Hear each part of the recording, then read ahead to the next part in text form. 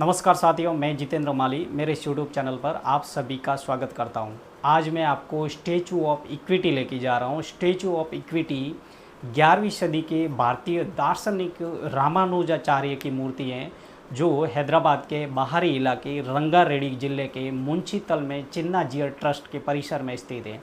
यह दुनिया की सबसे ऊंची बैठी हुई प्रतिमा है।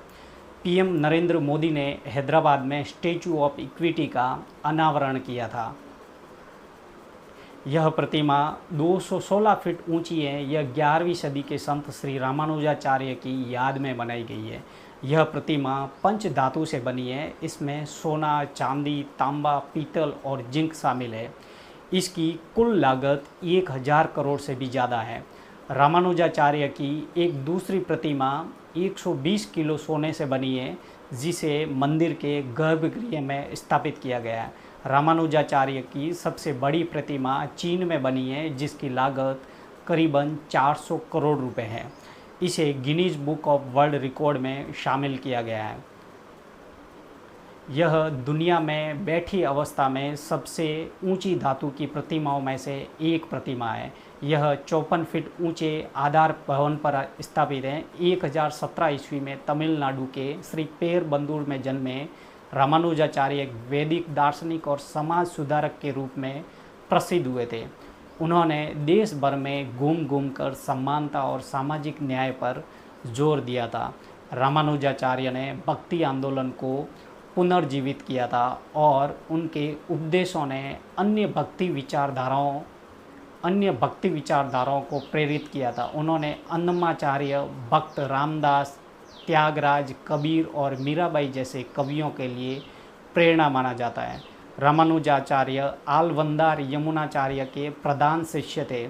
गुरु की इच्छा अनुसार रामानुज ने उनसे 3 काम करने का संकल्प लिया था, जिसमें ब्रह्मसूत्र, विष्णु सहस्त्रनाम और दिव्य प्रबंधनम की टीका लिखना है।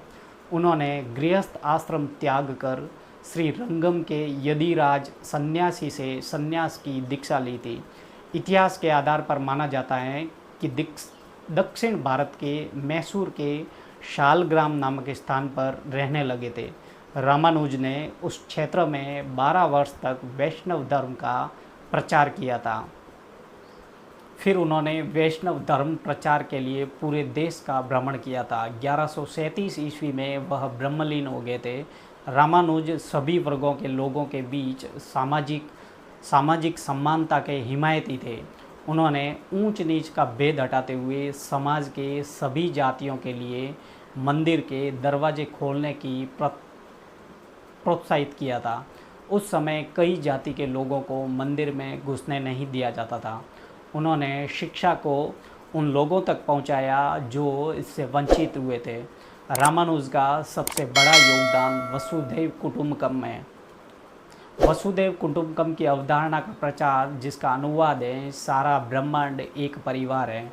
उन्होंने हाशिए पर पड़े लोगों को गले लगाया और शाही अदालतों से उनके साथ सम्मान व्यवहार करने को कहा था।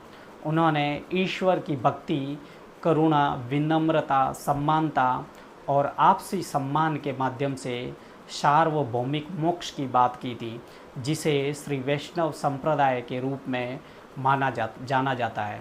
वैष्णव संप्रदाय के संत चिन्ना जियर स्वामी के अनुसार स्टैचू ऑफ इक्विटी के विचारों के पीछे रामानुजाचार्य की सामाजिक दर्शन है, जो जाति व्यवस्था की सीमाओं को पार करने और पूरी मानवता को गले लगाने पर जोर देता है।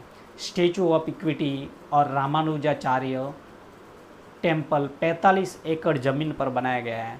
मंदिर का निर्माण 2014 में शुरू हुआ था।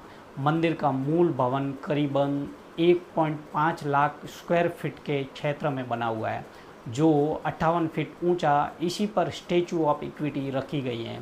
इस मंदिर में करीबन 25 करोड़ की लागत से म्यूजिकल फाउंटेन लगाए गए हैं। इनके जरिए भी स्वामी रामानुजाचार्य की गाथा सुनाई जाती है।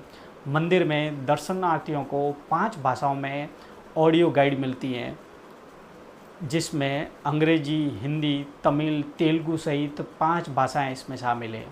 मंदिर के भीतर में रामानुजाचार्य पूरे जीवन को चित्रों और वीडियो में दर्शाया गया है। वहीं दक्षिण भारत के प्रसिद्ध 108 दिव्य देशम की रिप्लिका भी स्टैचू ऑफ इक्विटी के चारों ओर बनाई गई है। स्टैचू ऑफ इक्विटी का डिजाइन आर्किटेक्ट और दक्षिण भारतीय फिल्मों के आर्ट डायरेक्टर आनंद साई ने बनाया था।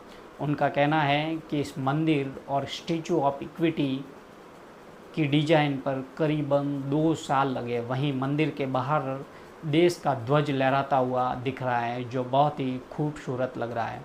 तो फ्रेंड्स, अगर अभी तक आपने मेरे चैनल को सब्सक्राइब नहीं किया है तो प्लीज़ अभी जाके चैनल को सब्सक्राइब करें और बेल आइकन ज़रूर प्रेस करें, ताकि आने वाली हर वीडियो की अपडेट आप तक पहुंचती रहे। तब तक के लिए अपना ख्याल रखें।